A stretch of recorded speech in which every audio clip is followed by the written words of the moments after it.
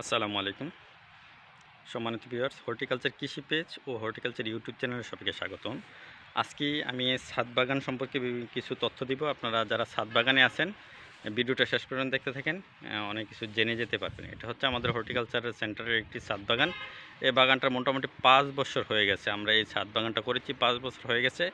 এখন কিন্তু গাছগুলা মোটামুটি 5 বছর হয়ে গেছে, তো ছাদ বাগানের গাছ কিন্তু লং টাইম সার্ভিস কম দেয় যদি আপনি এটার ভালোভাবে পরিচর্যা না করেন। আমাদের কিন্তু এই ছাদ বাগানটা 5 বছর হয়ে যাওয়ার পরে কিন্তু এখনও ছাদ বাগানটা মোটামুটি ভালো আছে। যে গাছগুলা নষ্ট ছিল এই সম্পর্কে আপনাদের কিছু ধারণা দিব।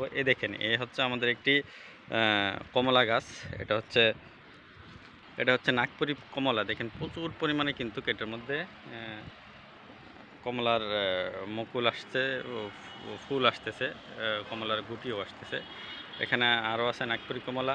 এটার বিশেষ একটা বিষয় হচ্ছে এই ছাদ বাগানের যখন গাছগুলা বয়স হয়ে যাবে, হ্যাঁ দেখেন আমাদের ড্রামে অনেক নতুন নতুন গাছ আবার লাগানো হয়েছে, গাছগুলা কেটে দেওয়া হয়েছে। হ্যাঁ, যখন গাছগুলার বয়স বেশি হয়ে যাবে এবং গাছগুলো বেশি বড় হয়ে যাবে, সেই গাছগুলাকে কিন্তু আপনি ছেটে কেটে নিচু করে রাখতে হবে। দেখেন এই গাছগুলা কিন্তু, এটা হচ্ছে একটা লেবু গাছ, এটা কিন্তু আমরা কেটে ছোটো করে দিছি, যেহেতু এটা টবের মধ্যে লাগানো।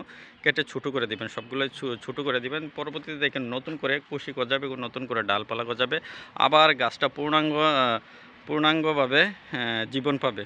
এ হচ্ছে একটি আম গাছ। এটা হচ্ছে মিয়াজাকি সূর্য ডিম। এটা কিন্তু পরে লাগানো হয়েছে, তারপরে দেখেন মাশাআল্লাহ অনেক পরিমাণে কিন্তু আম আসে। অনেকেই বলেন যে ছাদ বাগানে আপনারা সফল হন না। যদি ভালোভাবে পরিচর্যা করেন, ভালো মাটি দিয়ে খাবার দিয়ে গাছটাকে আপনি লাগান, তাইলে কিন্তু বাগানে কিন্তু গাছ অস্বাভাবিক কিছু না, গাছ কিন্তু হবে। আপনারা দেখেন কত সুন্দর হয়েছে আমাদের এই গাছটা।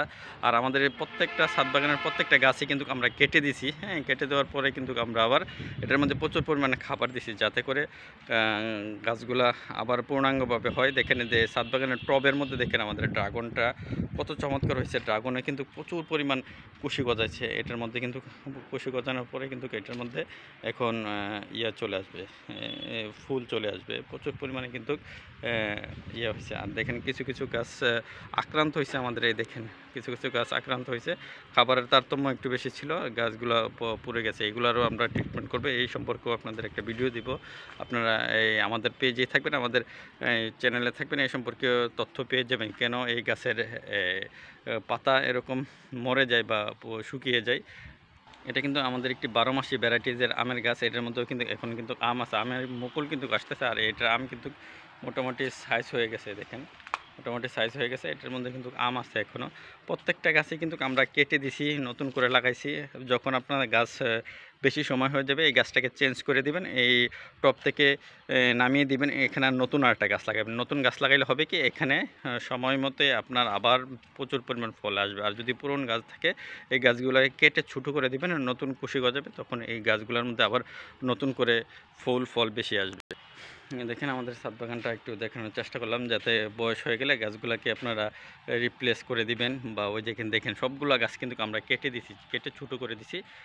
সবগুলো গাছ কেটে ছোটো করে দিছি, পরে আবার কিন্তু নতুন করে কুশি গজায় কিন্তু প্রচুর পরিমাণ ফুল ফল আসার জন্য প্রস্তুত হচ্ছে গাছগুলা। ওকে, সবাই ভালো থাকবেন। আর এই পেজটাকে সবাই ফলো করবেন, আর ইউটিউব চ্যানেলটাকে সবাই সাবস্ক্রাইব করবেন। আল্লাহ হাফেজ, আসসালামু আলাইকুম।